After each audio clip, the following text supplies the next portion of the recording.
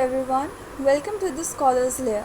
In today's video, we will be learning Class 12th English Flamingo Book, Chapter number 1, The Last Lesson. So without further ado, let's start. जैसे कि chapter का नाम कह रहा है the last lesson, यानी कि सबसे आखिरी जो लेसन है, जो एक पार्ट है, उसके बारे में बात हो रही है. सबसे पहले हम ऑथर के बारे में बात करते हैं. तो ये चैप्टर लिखा है अल्फोंस डॉडेट ने, जो कि एक फ्रेंच नॉवलिस्ट हैं और एक शॉर्ट स्टोरी राइटर भी हैं. जो लास्ट लेसन है ना, असल में इसकी जो सेटिंग है वो तब की है जब फ्रांको प्रशियन वॉर हो रहा था. यानी कि फ्रांस और प्रशिया, ये दो कंट्रीज़ के बारे में हमारे को बात हो रही है. फ्रांस तो हम जानते ही हैं, लेकिन ये जो प्रशिया है, ऐसा नाम का देश आपने अभी सुना नहीं होगा. प्रशिया एक्चुअली के अंदर 3 कंट्रीज़ का एक मिलन है.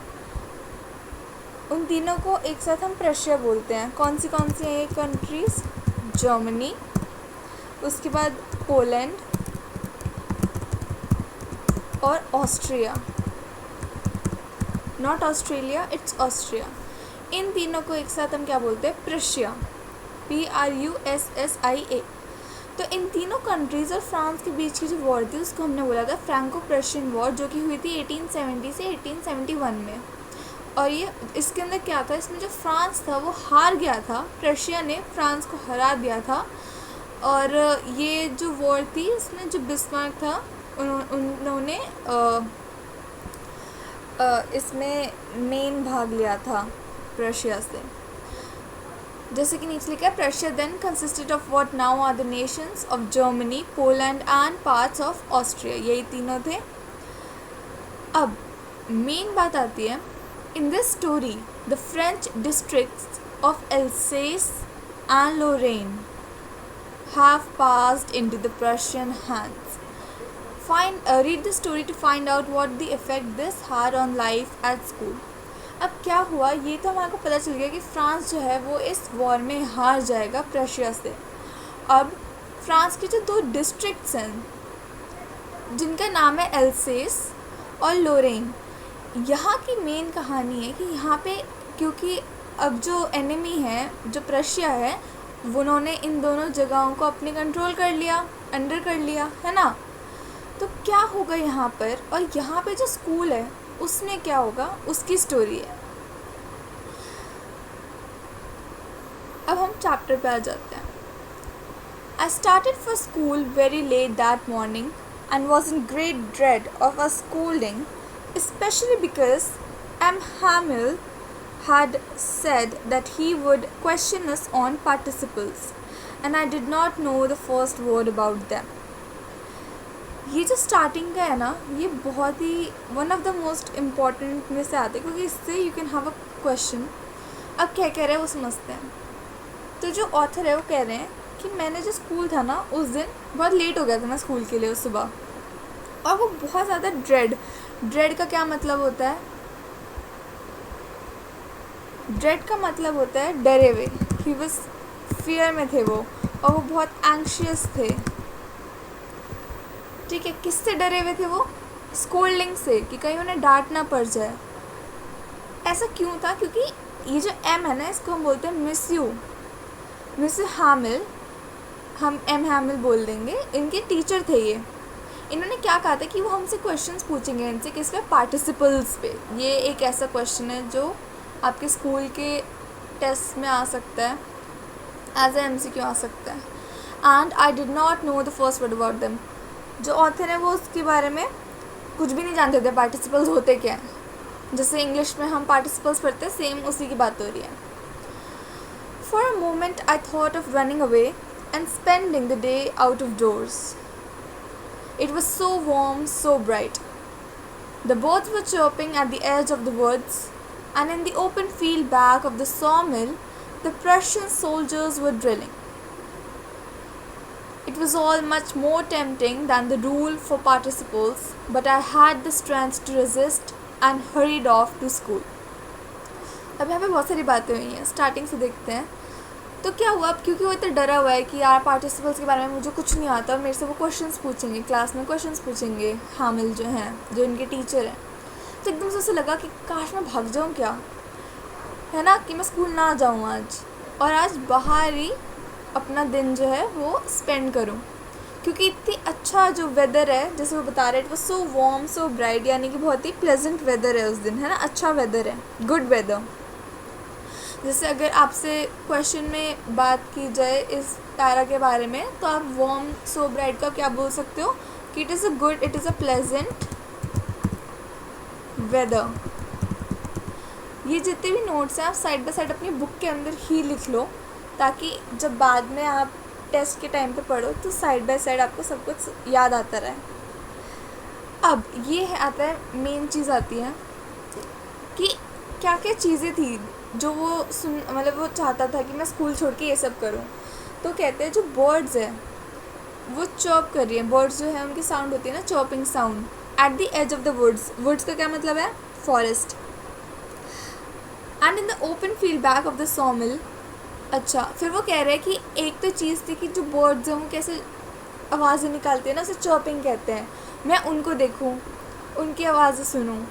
उसके बाद जो एक सॉमिल होती है, सॉमिल एक ऐसी जगह होती है जहाँ पे कुछ ऐसी मशीन्स होती हैं जहाँ पे ना जो लकड़ी होती है उसको काटा जाता है और उससे प्लैंक्स बनते हैं, लाइक जो बार्क होती है ट्री की, उसको काट काट के यूजेबल लकड़ी बनती है, प्लैंक बनते हैं। वहाँ पर क्या हो रहा था, वहाँ पे एक बड़ा सा फील्ड था। अब उस फील्ड में जो प्रशियन सोल्जर्स थे वो क्या कर रहे थे, वो अपनी ड्रिलिंग कर रहे थे। अगर आप कभी स्कूल से किसी की तरफ से कहीं गए हो, या फिर जो हम परेड्स में देखते हैं ना, मार्चेस होती हैं, वैसे ही यहाँ पे प्रशियन सोल्जर्स थे। अब क्योंकि वॉर का टाइम है ना, और जैसे हमने पढ़ा कि जो फ्रांस है वो हार गया है, तो प्रशिया के जो सोल्जर्स हैं वो अंदर आ गए हैं इनकी सिटीज़ में, इनकी डिस्ट्रिक्ट्स में। तो वहाँ पे वो क्या कर रहे हैं, वो ड्रिलिंग कर रहे हैं, मतलब वो अभी ट्रेनिंग कर रहे हैं। तो वो कहता है कि ये सारी चीज़ें ना बहुत ज़्यादा टेम्पटिंग थी कि मैं स्कूल क्यों जाऊँ, इससे अच्छा तो मैं सारी चीज़ें बैठ के बाहर देखूँ, घूमूँ। लेकिन तब भी उसने ये सारी चीज़ों को, अपनी जो टेम्पटेशन थी उसको रेजिस्ट किया और वो जल्दी से स्कूल की तरफ चला गया। ये भी बहुत इम्पॉर्टेंट है क्वेश्चन पॉइंट ऑफ व्यू से। फिर वो कहता है, When I passed the town hall, there was a crowd in front of the bulletin board. For the last 2 years, all of our bad news had come from there. The lost battles, the draft, the order of the commanding officer. And I thought to myself, without stopping, what can be the matter now? अब क्योंकि वो school के लिए late हो रहा था और वो जल्दी से भाग रहा है, भागते भागते एक जगह आई है जिसको हमने बोला है, वो कहता है टाउन हॉल। टाउन हॉल ना एक, अब ऐसे समझो कि जो फ्रांस है ना, वहाँ की डिस्ट्रिक्ट बहुत बड़ी बड़ी नहीं है जितनी बड़ी अब हमारे आसपास की होती हैं, छोटी सी जगह है। वहाँ पे ना एक ऐसी खुला जगह बना रखी है जहाँ पे ना सारे लोग गैदर होते हैं। वहाँ पे बुलेटिन बोर्ड होता है, अगर आप इमेजिन कर सको कि ये देखो, ये ऐसे करके एक जगह बना रखी है, ठीक है, ओपन जगह है। एक तरफ यहाँ पे क्या है, एक बुलेटिन बोर्ड लगा रखा है। यहाँ पे क्या आता है, अब यहाँ पे इंफॉर्मेशन होती है और यहाँ पे जो लोग हैं वो आके गैदर होते हैं, वहाँ पे बातचीत होती है, ये लोग ये सारी चीज़ें पढ़ते हैं, ठीक है। ऐसे बहुत सारे लोग होते हैं इधर उधर, ये थोड़ा दूर है, पास जो भी है। तो यहाँ पे वो क्या कहता है कि एक क्राउड था बुलेटिन बोर्ड के सामने, बहुत सारे लोग खड़े हुए थे टाउन हॉल के अंदर, ठीक है। आखिरी 2 सालों से जितनी भी बुरी खबरें थी ना वो यहीं से आती हैं। अब क्योंकि वॉर का टाइम है और फ्रांस हार रहा है, तो the lost battles, the draft और कमांडिंग ऑफिसर के जितने भी ऑर्डर्स होते हैं, ये कहाँ पे होते हैं, बुलेटिन बोर्ड पे जाके लगाए जाते हैं कि सारे पब्लिक आके देख लो क्या क्या हो रहा है, ठीक है। जितनी भी इंफॉर्मेशन होती है वो बुलेटिन बोर्ड पे आती है। Again important. तो वो रुक नहीं रहा जो हमारा ऑथर है। Then as I hurried by as fast as I could go, The blacksmith, watcher, who was there with his apprentice, reading the bulletin, called after me. Don't go so fast, bub. You'll get to your school in plenty of time. I thought he was making fun of me and reached M. Hamill's little garden all out of breath. अब क्या हुआ, वो तो जल्दी जल्दी जा रहा था, उसने बस देखा कि ऐसे भीड़ इकट्ठा हो रखे है टाउन हॉल में. तभी जो ब्लैकस्मिथ थे, जिनका नाम है वॉचर, वो वहाँ पे थे अपने अप्रेंटिस के साथ. अप्रेंटिस होता है एक लर्नर, एक स्टूडेंट या फिर एक ट्रेनी कह लो, जो कि अप्रेंटिस जो है वो ब्लैकस्मिथ से सीख रहा है डायरेक्टली. वो क्या था, वो बुलेटिन पढ़ रहे थे ब्लैकस्मिथ. उन्होंने एकदम से चिल्लाए और कह रहे कि अरे इतनी जल्दी मत जाओ, तुम अपने स्कूल में बहुत आराम से पहुँचोगे, तुम्हारे पास बहुत सारा टाइम है, you have plenty of time. तो एकदम से उसे लगा कि शायद मेरा मजाक उड़ा रहे हैं कि मैं लेट हो गया हूँ और सार्कास्टिकली कह रहे हैं. तो वो फिर धीरे धीरे कहाँ पहुँच गया, एम हैमिल के गार्डन में. मतलब बेसिकली स्कूल में ही पहुँच गया. स्कूल में एक जैसे नर्सरी होती है, गार्डन होता है ना, तो एम हैमिल उस गार्डन को भी वो करते हैं, अपना प्लांट्स उगाते थे.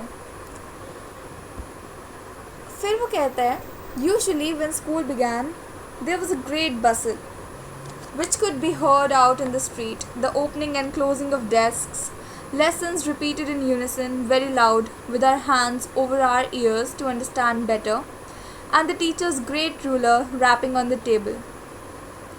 वो क्या कह रहे कि यूजली जब वो स्कूल जाता था, स्कूल शुरू होता था ना, तो एक बहुत ग्रेट बसल होती थी. बसल का क्या मतलब है, बहुत ज़्यादा नॉइज़ होती थी, रसल होता था, शोर शराबा होता था. और ये शोर शराबा तो स्ट्रीट्स तक सुनाई दे जाता था. Opening and closing of desks है ना. फिर lessons repeated in unison. Unison का मतलब होता है कोरस, मतलब बहुत सारा शोर हो रहा है, बहुत लाउड है. और कुछ लोगों को तो अपने हाथ जो थे स्टूडेंट्स, वो अपने कान पे रख लेते थे ताकि समझ आए ढंग से कि क्या बात हो रही है. And the teacher's great ruler rapping on the table. आपने देखा होगा कई बार टीचर्स जो हैं वो अपने स्केल को या रूलर को टेबल पे मारते हैं ना, शांत करवाने के लिए. वो सब यूजुअली होता था. टैप करना रूलर को, रैपिंग मतलब स्केल को लेके टैप करना, टक टक टक टक करके बच्चों को शांत करने के लिए. ये भी बहुत इम्पॉर्टेंट है कि अगर कोई पूछे कि यूजुअली क्या होता था स्कूल में, ये बात क्यों हो रही है, क्योंकि अब हम प्रेजेंट में आते हैं. But now it was all so still. I had counted on the commotion to get on my desk without being seen, but of course that day everything had to be as quiet as Sunday morning. अब एकदम से क्या हुआ, वो कह रहा है कि वैसे तो इतनी शोर शराबा होता था हमेशा, लेकिन आज तो सब कुछ बहुत ही शांत था, बहुत स्टिल था, कुछ हुआ ही नहीं. और वो कहता है कि आई had counted on the commotion, यानी कि उसने ना ऐसा सोचा था कि इतने शोर शराबे में ना मैं बहुत ईजीली अपने डेस्क तक पहुंच जाऊंगा, बिना कोई मेरे को देखेगा ही नहीं. तो वो ऐसे सोच रहा था कि सारा जो जितना भी शोर शराब होगा ना, उसकी एक हेल्प कर देगा कि वो चुपचाप अपने डेस्क पे पहुंच जाए और किसी को पता ही ना चले कि वो लेट है. लेकिन ऑफ कोर्स उस दिन इतनी शांति थी जैसे एक संडे मॉर्निंग में शांति होती है. Through the window I saw my classmates.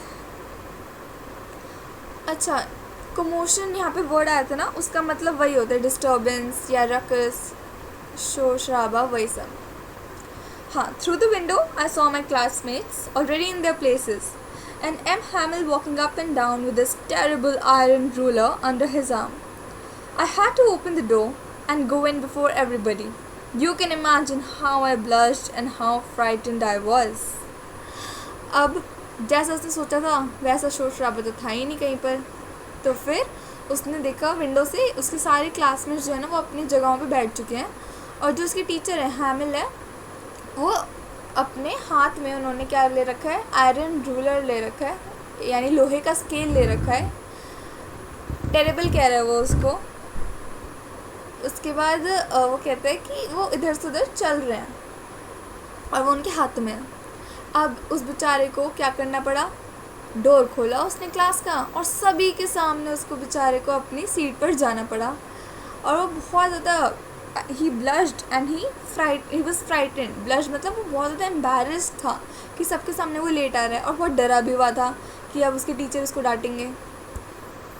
But nothing happened. M Hamel saw me and said very kindly, go to your place quickly little Franz, we were beginning without you. जैसा उसने सोचा था वैसा तो हुआ ही नहीं.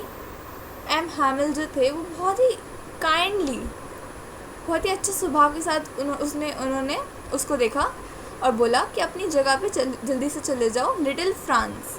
तो हमारे को क्या पता चला कि जो मेन कैरेक्टर है हमारी चैप्टर का, स्टोरी का, वो कौन है? उसका नाम है फ्रांस. अब से हम उसे फ्रांस बुलाएंगे.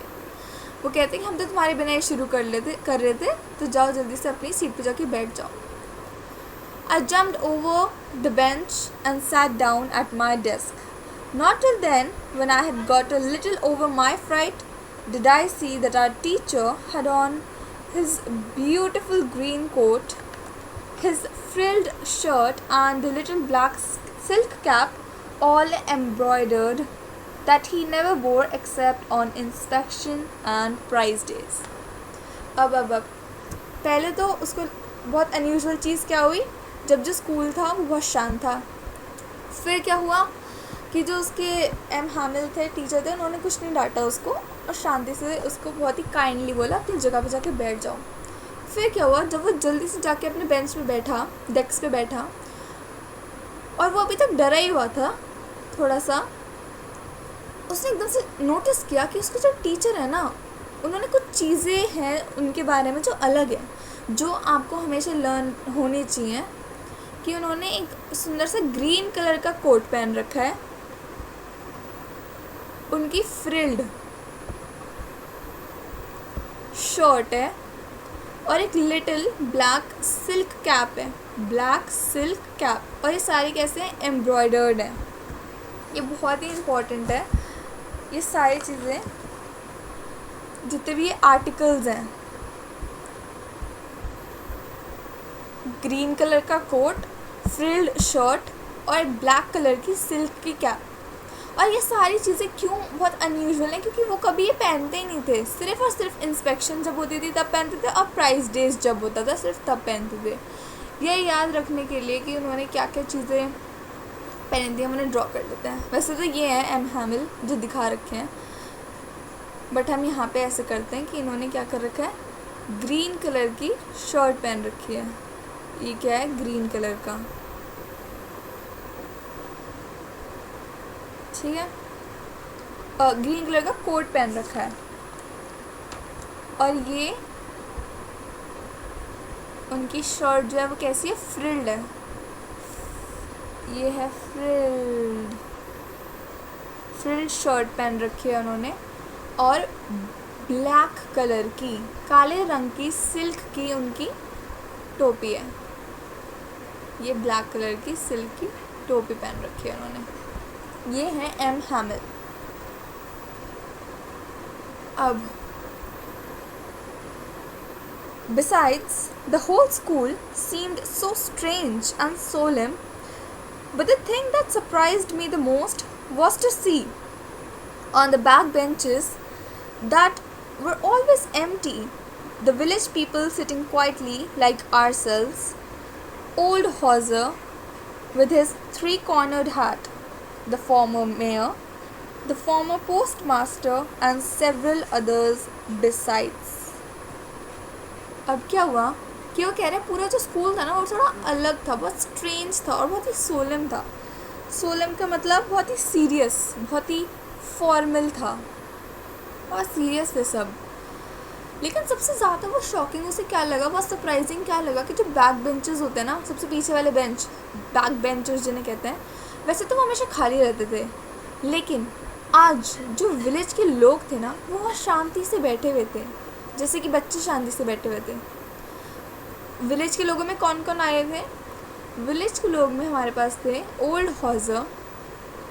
हॉजर जो है वो नाम है, मतलब एल्डर्स हैं बेसिकली विलेज के, जिन्होंने एक 3-कॉर्नर्ड हैट पहन रखी थी. फिर जो फॉर्मर मेयर थे, फॉर्मर मतलब पहले वाले जो मेयर थे वो, द फॉर्मर पोस्ट मास्टर और भी कुछ लोग, बेसिकली एल्डर्स, विलेज एल्डर्स जो थे वो बैठे हुए थे. विलेज एल्डर्स आप साइड में लिख लीजिए, ठीक है. ये सब बैठे हुए थे कहाँ पे? बैक बेंचेस में.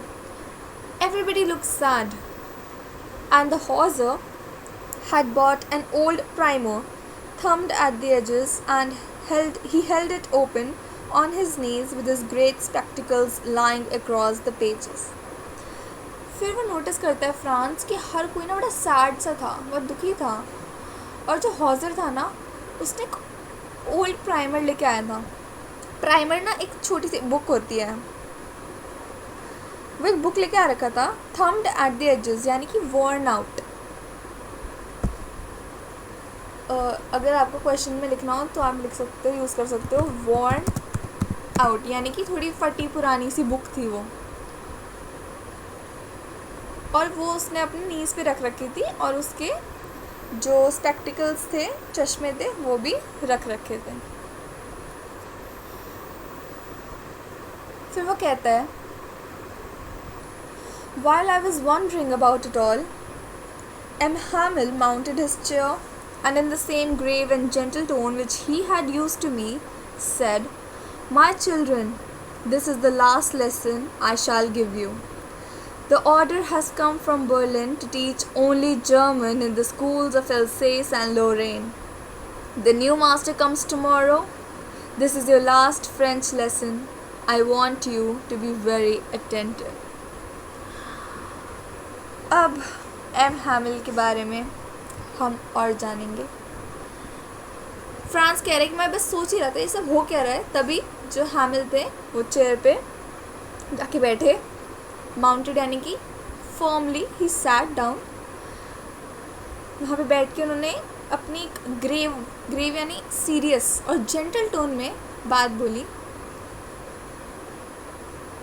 उन्होंने बोला कि वो अपने चिल्ड्रन स्टूडेंट से कह रहे हैं कि आज ना लास्ट लेसन है, ये एक आखिरी लेसन है जो मैं तुम्हारे को दूंगा.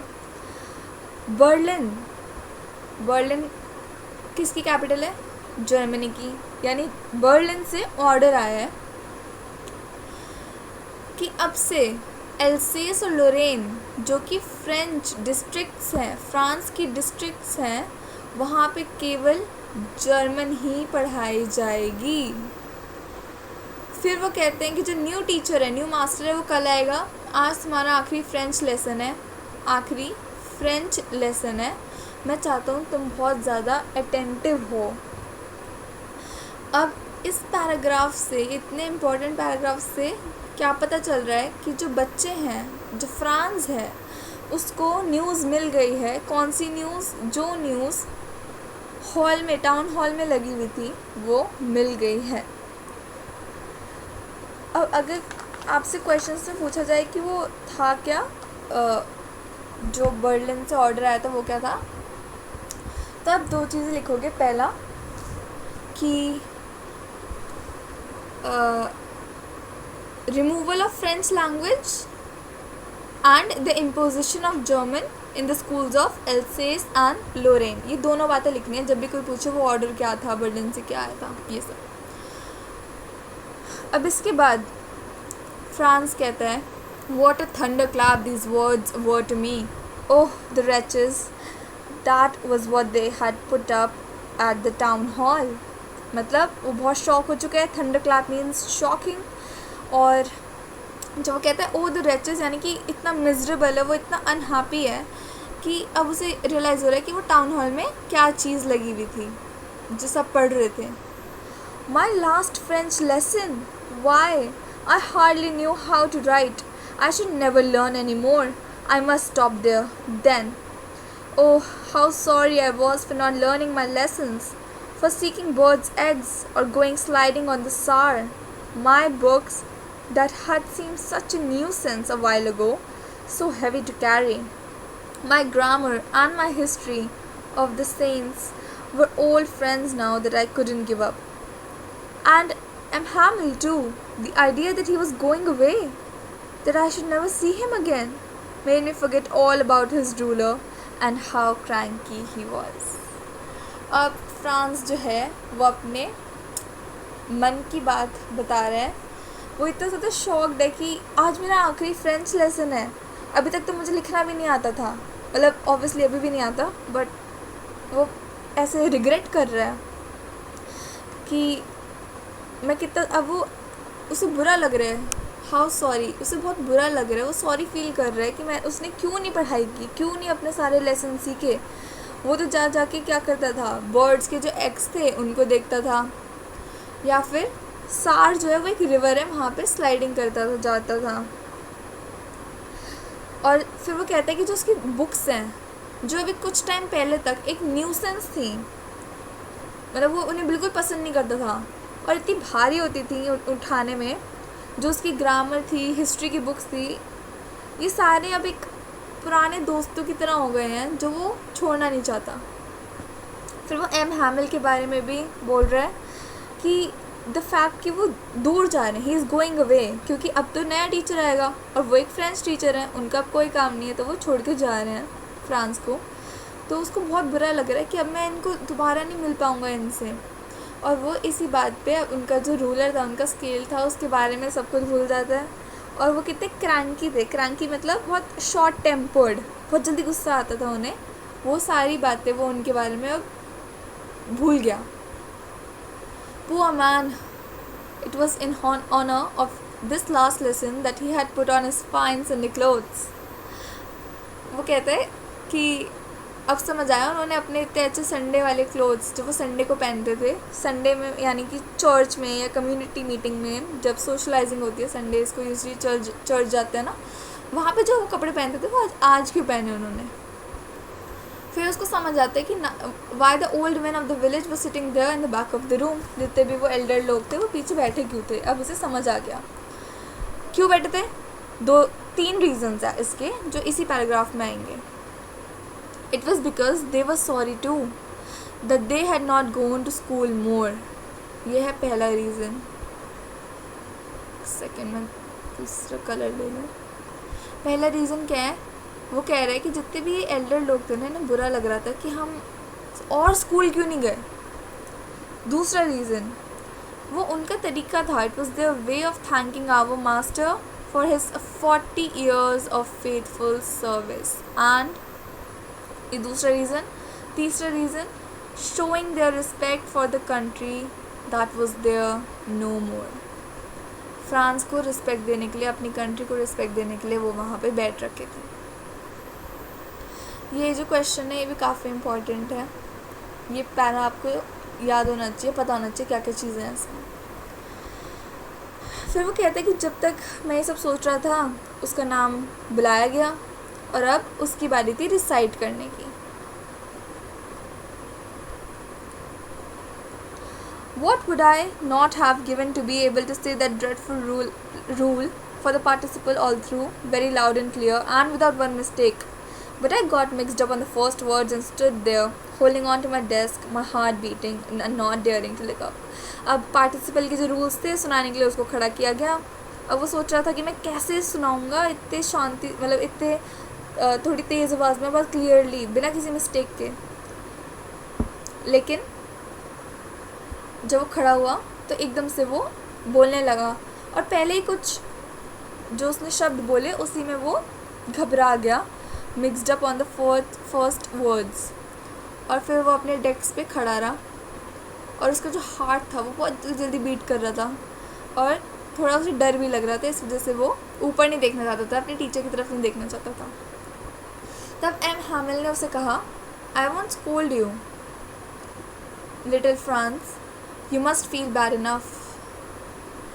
उन्होंने बोला कि मैं तुम्हारे को डांटूंगा नहीं फ्रांस, तुम्हारे को पहले ही बहुत बुरा लग रहा होगा। अब उनका ये मोनोलॉग में हम जानते हैं उन्होंने क्या क्या बोला है। तो वो कहते हैं कि देखो ऐसे ही है, हर दिन हम खुद से कहते हैं मेरे पास तो बहुत टाइम है, मैं कल पढ़ लूँगा, I have plenty of time, I learn it tomorrow, मैं कल लर्न कर लूँगा, मैं कल पढ़ लूँगा। और तुमने देखा कि हम कहाँ पर पहुँच गए ये बात सोचते सोचते। फिर वो कहते हैं कि that's the great trouble with else's, she puts of learning till tomorrow. Else's जो है वो डिस्ट्रिक्ट है, तो एक तरीके से वो डिस्ट्रिक्ट के लोगों की बात कर रहे हैं कि यहाँ पे तो हर कोई ऐसे ही है, हर चीज़ को हम कल पढ़ लेंगे। एजुकेशन को आप प्रायोरिटी नहीं देते. ना those fellows out there, those fellows मतलब प्रशियंस, जो प्रशियंस है जो जीत गए वॉर, वो कह रहे हैं कि अब उनके पास राइट है तुम्हारे को कहने की, ओह तुम लोग कहते तो हो कि तुम फ्रेंच मैन हो, फ्रांस में रहने वाले लोग हो, लेकिन ना ही तुम अपनी लैंग्वेज को बोल सकते हो ना लिख सकते हो. फिर वो कहते हैं कि पुअर लीडर फ्रांस स्टूडेंट से कह रहे हैं, फ्रांस से कह रहे हैं कि तुम एक अकेले इतने बुरे नहीं हो, हम सब जो हैं, हम सब कहीं ना कहीं इस चीज़ में हमारे पे भी ब्लेम आता है. मतलब उन्होंने यही बोला कि यहाँ पे रहने वाले एलसीएस में रहने वाले जितने भी लोग हैं ना, ये लर्निंग को या एजुकेशन को प्रायोरिटी नहीं देते और इसी वजह से उनको ना लिखना आता है ना बोलना आता है. फ्रांस जो है वो उनमें से एक है, बट वो कह रहे हैं कि सिर्फ तुम्हारी गलती नहीं है, हम सब की गलती है इस चीज़ में. अब वो एक एक करके गलतियाँ बताएंगे. योर पेरेंट्स, वो कह रहा है कि जितने भी स्टूडेंट्स हैं ना, तुम्हारे जो पेरेंट्स थे वो कभी उनको एंक्शस थे ही नहीं कि तुम लोग पढ़ो. ये पहला रीज़न है पेरेंट्स का, कि जो पेरेंट्स हैं वो खुद ही एंक्शस नहीं है, वो खुद ही चाहते, मतलब एक उनमें वो नहीं है, जज्बा नहीं है कि तुम्हारे उनके बच्चे पढ़ें. वो चाहते क्या है कि जाओ जाके फार्म में काम कर लो, मिल्स में काम कर लो, ताकि उन्हें थोड़ा और पैसा आ जाए. फैमिली के 3 लोग काम करेंगे, 4 लोग काम करेंगे. पहला उन्होंने ब्लेम किस पर डाला, पेरेंट्स को गलती बताई पेरेंट्स की क्या है. फिर वो कहते हैं कि मैं खुद भी वो ब्लेम होने चाहिए. वो कहते हैं कि क्या मैंने तुम्हारे को नहीं भेजा था अपने फ्लावर्स में पानी डालने, जबकि तुम्हारे लेसन्स चल रहे थे, जब तुम्हें पढ़ना चाहिए था. और फिर वो कहते हैं कि जब मैं फ़िशिंग जाता था तो क्या मैं तुम्हारे को हॉलीडे नहीं दे देता था कि हाँ आज मैं फ़िशिंग जा रहा हूँ, आज की क्लास कैंसिल. ऐसे वो अपने बारे में भी बता रहे हैं. और तीसरी, ये 2 पॉइंट्स हुए. तीसरा पॉइंट एक और है जो कि बहुत कॉमन सेंस वाला है, कि जो स्टूडेंट्स हैं ना वो खुद भी एक ब्लेम उन पे भी जाते हैं कि students themselves were also casual, है ना. क्योंकि अगर उनके पेरेंट्स उनको भेज रहे हैं तो वो काम करेंगे, उनको उनके टीचर भेज रहे हैं तो वो काम करने चले जाएंगे, बट कोई रुक के ये नहीं बोलेगा कि मुझे पढ़ना है. फ्रांस ने भी हमेशा वो दूसरी चीज़ों से टेम्प्ट होता रहता था, है ना. फिर वहाँ से वो कहते हैं कि जो एम हैमिल थे ना वो कुछ बातें करने लग गए. उन्होंने ये बताया कि जो फ्रेंच लैंग्वेज है उसको क्या बोलते हैं, वो the most beautiful language in the world बताते हैं. एम हैमिल फ्रेंच के बारे में बताएंगे, लैंग्वेज के बारे में बताएंगे. वो कहते हैं कि सबसे ज़्यादा सुंदर लैंग्वेज है. क्यों? क्योंकि बहुत क्लियर है, बहुत लॉजिकल है, क्लियरेस्ट है और द मोस्ट लॉजिकल है. और फिर वो कहते हैं कि हमारे को इसको ना गार्ड करना चाहिए आपस में और कभी भूलना नहीं चाहिए. फ्रेंच को गार्ड करना मतलब होल्ड ऑन टू इट, हमेशा इसको बोलते रहो, बोलचाल में रखते रहो. क्यों? क्योंकि जब लोग इनस्लेव होते हैं ना, जब लोगों को सप्रेस किया जाता है, as long as they hold fast to their language, it is as if they had the key to their prison. मतलब कि ये यूनिटी की बात कर रहे हैं कि फ्रांस में जितने भी लोग हैं, क्योंकि प्रेशिया से वो हार गए हैं, तो एक तरीके से वो कह रहे हैं कि जब भी आप ऐसे इनस्लेव हो जाते हो या आपको सप्रेस करता है कोई, अगर आप अपनी लैंग्वेज को पकड़ के रखोगे, आपस में यूनिटी बना के रखोगे, तो आपके पास अपने प्रिजन की चाबी होती है. फिर वो ग्रामर की एक लेसन खोलते हैं और पढ़ाने लगते हैं. अब फ्रांस क्या कहता है कि वो कितना ज़्यादा ना अमेज़ हो गया कि उसको तो सबको समझ आ रहा था. क्यों आ रहा था? क्योंकि अब वो बहुत अटेंटिवली सुन रहा था, क्योंकि आज का जो दिन था इनका, द लास्ट लेसन था, आखिरी लेसन था, और उसने बहुत ही अच्छे से सुना. और वो कहता है कि ये सब तो बहुत ही आसान था, इतना आसान लगा मुझे. एंड वो खुद भी कहता है कि मुझे ऐसा लगता है कि मैंने आज तक कभी ढंग से केयरफुली सुना ही नहीं था ये वाली जो भी वो पढ़ाते थे, और कि उन्होंने भी कभी इतने अच्छे से नहीं पढ़ाया, इतने पेशेंस के साथ नहीं पढ़ाया. ऐसा लग रहा था कि जो वो बेचारा इंसान है ना, वो हमारे को हमारी सारी अपनी सारी नॉलेज जो है, जितना भी वो जानते हैं, वो उसे देना चाहते हैं इससे पहले कि वो चले जाए. और वो चाहते थे कि सारी चीज़ें हमारे दिमाग में बैठ जाए एक ही बार में, इन वन स्ट्रोक। ग्रामर के बाद राइटिंग में लेसन हुए, लिखने का जो लेसन होता है। और फिर वो कहते हैं कि इस बार तो एम हैमिल के पास ना हमारे लिए नई नई कॉपीज़ थी, जिसमें बहुत ही ज़्यादा सुंदर सी हैंडराइटिंग में लिखा था, फ्रांस एल्सेस, फ्रांस एल्सेस। और ऐसा लग रहा था कि छोटे छोटे फ्लैग्स हैं जो कि हर जगह पूरे स्कूल रूम के अंदर फ्लोट कर रहे हैं, जो कि उनके जो डेस्क था उसके ऊपर एक रॉड थी, वहाँ पे लटके हुए थे, जैसे एक फ्लैग होता है एक लंबी डंडी वाला, वैसा। फिर वो कहता है कि काश तुम लोग खुद होते, तुम लोगों को देखना चाहिए था कि कैसे हर चीज़ इतनी शांत थी। और जो कोई भी आवाज़ थी वो किस चीज़ की थी, जो पेन होता है ना वो पेपर के ऊपर जब चलता है तो एक स्क्रिबलिंग, एक स्क्रैचिंग साउंड आती है, बस वही थे पूरी क्लासरूम में। फिर एक टाइम आया जब थोड़े बीटल्स जो होते हैं वो अंदर आ गए, एक तरीके के कीड़े होते हैं बीटल्स, लेकिन उनको किसी ने उन पर ध्यान ही नहीं दिया। जो सबसे छोटे थे उन पर भी ध्यान नहीं दिया, वो सब लोग मिलके बस अपना जो थे काम कर रहे थे। Not even the littlest ones who worked right on tracing their fishhooks, as if that was French too. फिर वो कहता है कि जो रूफ थी, छत थी, वहाँ पे पिजन्स जो थे वो बहुत ही धीरे धीरे वजन में अपनी आवाज़ निकाल रहे थे। तो एकदम से वो सोचता है कि क्या ये लोग इवन ये पिजन्स को भी जर्मन में गाना गवाएंगे, ये क्या हुआ। ये इससे वो ये कहना चाह रहा है कि जो एलिमेंट्स होते हैं ना नेचर के, उन्हें आप कॉन्कर नहीं कर सकते। ऑब्वियसली आप इंसानों को एक बार को कॉन्कर कर रहे हो और आप उन पे बोल रहे हो कि ये सिर्फ जर्मन पढ़ेंगे, है ना, उनको उनकी जो मातृभाषा है, उनकी लैंग्वेज जो है फ्रेंच, जो है फ्रांस के लोगों को आप फ्रेंच हटा दिया आप लोगों ने और जर्मन इम्पोज कर दिया उन पर। तो वो ऐसे कहना चाह रहे कि क्या पिजन्स जो नेचर का एक एलिमेंट है उसको भी तुम लोग चेंज कर सकते हो, उसको भी तुम लोग कॉन्कर कर सकते हो, उस पर भी राज कर सकते हो, ऐसा नहीं है। तो एक तरीके से मॉक कर रहा है वो प्रशियंस को, उसके कॉन्करर्स को। फिर वो कहता है कि जब भी वो लिख रहा था उस दिन, तो वो उसको देखता है, अपने टीचर को देखता है, एम हैमिल को, कि वहाँ पे वो बैठे हैं मोशनलेस अपनी चेयर में, वो बिल्कुल नहीं हिल रहे, बस शांति से अपनी चेयर में बैठ रखे हैं, कभी एक जगह देख रहे हैं, कभी दूसरी जगह देख रहे हैं। और ऐसा लग रहा है कि वो एक तरीके से ना, ये जो स्कूल का कमरा है इसमें हर चीज़, जो चीज़ जहाँ रखी है ना, वहाँ पे एक अपने दिमाग में बिठाना चाहते हैं वो पिक्चर कि कैसी हर चीज़ दिख रही है। फिर वो कहता है कि अब 40 साल से वो यहाँ पे उसी जगह पे हैं जहाँ पे उनके विंडो के बाहर उनका गार्डन है और उनकी क्लास उनके सामने है। फिर वो कह रहा है कि उसी तरीके से जो डेस्क हैं, बेंचेस हैं, वो बहुत वॉर्न हो गए हैं, मतलब उन्हें यूज़ कर रखा है तो वो थोड़े से पुराने हो गए हैं। अब जो वॉलनट के ट्रीज़ थे गार्डन में वो बहुत लंबे हो गए हैं, और जो हॉपवाइन थी जो उन्होंने खुद ही प्लांट किया था, एक तरीके का बुश है, वो अब और भी ज़्यादा बड़ा हो गया है। विंडो से लेके वो कहाँ पहुँच गया, रूफ तक, छत तक ही पहुँच गया।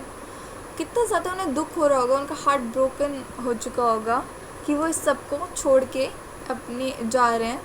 और ऊपर वाले रूम से उनकी जो बहन है वो उसकी आवाज़ें आ पा रही हैं कि वो अपने ट्रंक्स यानी कि अपने जितने भी बैग्स हैं उनको पैक कर रही है। क्यों? क्योंकि वो कंट्री को अगले ही दिन छोड़ रहे हैं। इस पैराग्राफ में जो फ्रांस है ना, वो अपने टीचर के लिए बहुत ही ज़्यादा सॉरी फील कर रहे हैं उसके बारे में, लेकिन तब भी उनमें इतना करेज है, इतनी ज़्यादा उनमें इतने स्ट्रॉन्ग है कि वो जो लेसन है उसको आखिर तक सुन रहे हैं। राइटिंग के बाद एक हिस्ट्री का लेसन था और फिर जो बच्चे थे उन्होंने अपना चैंट किया। और जो रूम के पीछे हमने सुना था ना, एल्डर्स हैं, उनमें ओल्ड हो थे, उन्होंने अपना चश्मा लगा लिया, दोनों हाथों में अपनी बुक ली और फिर बच्चों के साथ साथ अपने लेटर्स बोले। और एकदम से ऐसा वो कहता है फ्रांस की, तुम उन्हें भी देख सकते हो कि वो रो रहे थे, उनकी जो वॉइस थी वो उसमें बहुत ज़्यादा इमोशन था और काफ़ी फ़नी सा लग रहा था फ्रांस को ये सब सुन के, कि ये सब बच्चों को हंसने का भी मन कर रहा था, रोने का भी, पता नहीं चला वो रोए कि हंसे। और फिर वो कहते हैं कि हाँ, ये जो लास्ट लेसन था ना, ये तो मतलब मुझे इतने अच्छे से याद है। एकदम से जो चर्च की क्लॉक थी उस पर 12 बज गए, फिर एंजेलिस, जो उनका ना एक हिम है जो कि गाया जाता है 12 बजे, और उसी टाइम पे जो ट्रम्पेट्स थे प्रशन के वो बजे, तो यानी जितने भी सोल्जर्स थे वो अपने ड्रिल से रिटर्न होके आ रहे थे। अब एम हैमिल जो थे वो खड़े हुए, बहुत ही पेल, अपने चेयर के सामने वो खड़े हुए, और फिर वो कहते हैं कि I never saw him look so tall. एकदम से बहुत ज़्यादा रिस्पेक्ट आ गई है फ्रांस में, और बहुत ही न्यूली फाउंड रिस्पेक्ट है, आज से पहले नहीं थी, एकदम से आई है। फिर वो कहते हैं, my friends said he, I but something choked him. He could not go on.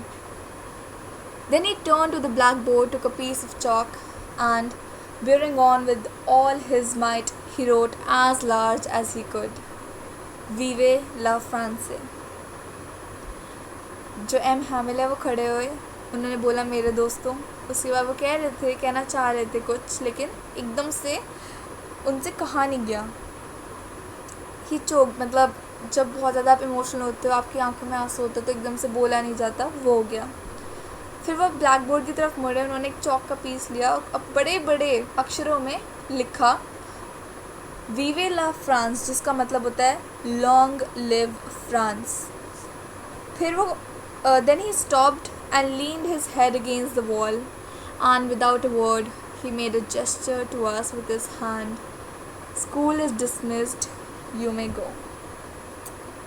वो रुकते हैं लिखने के बाद, अपना जो सिर है उसको दीवार की तरफ मतलब पीछे वाला जो सिर है उसको हल्का सा सहारा लेते हैं, बिना किसी शब्द के। वो बस हाथों से जेस्चर करते हैं जो कहना चाहता है कि स्कूल ख़त्म हो गया है, अब तुम जा सकते हो। ये ही था द लास्ट लेसन। एम हैमिल और फ्रांस दोनों के बारे में आपको सब कुछ पता होना चाहिए। Well, this is it for today's video. We will continue the chapter in the next one. I hope you like it. For more such videos, please subscribe, like, and press the bell icon. Do comment down your doubts. Thanks for watching. If you found the video useful, please give it a like, share, and subscribe.